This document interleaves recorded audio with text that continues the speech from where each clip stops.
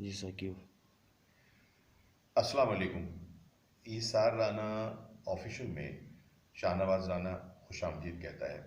नाज़रीन, कल पशावर ज़लमी के शोरे आफाक खिलाड़ी और उनके कप्तान डैरन सेमी ने एक ट्वीट किया जिसमें उन्होंने कहा कि इंसान की ज़रूरत उस वक्त तक की होती है जब तक वो काम करता है।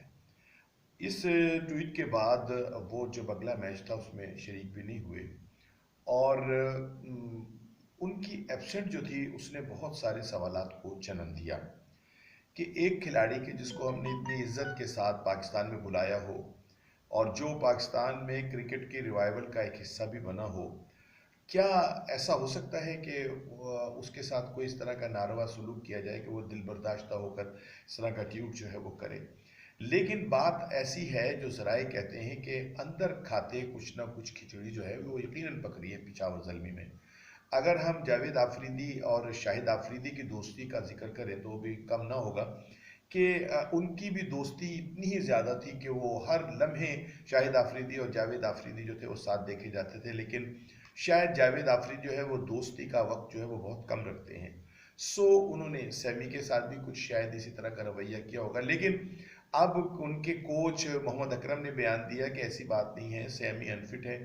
अनफिट होने की वजह से हमने उन्हें टीम में शामिल नहीं किया और अब हमने उन्हें ये कहा है कि वो नेट पे आए, बॉलिंग करें, बैटिंग करें और अपनी फिटनेस का मेयार जो है उसको बेहतर बनाएं और वो साबित करें कि वो फिट है तो वो खेल लेंगे। मैं ये समझता हूँ कि ये इस किस्म का बयान अकरम का देना जो है ये सेमी के लिए एक अच्छा बयान नहीं है।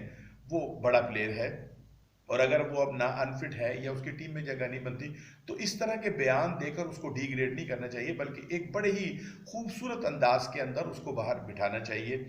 अब अगर ये कहा जाए कि नहीं जी कुछ नहीं हो रहा, ज़ल्मी में कोई खिचड़ी नहीं पक रही, तो ये गलत होगा, क्योंकि हमेशा वजाहतें उन्हीं की दी जाती हैं जहां पर कुछ हो रहा होता है। सेमी बड़ा प्लेयर है और उसका एहतराम हम सब पर लाजिम भी है। बहुत शुक्रिया।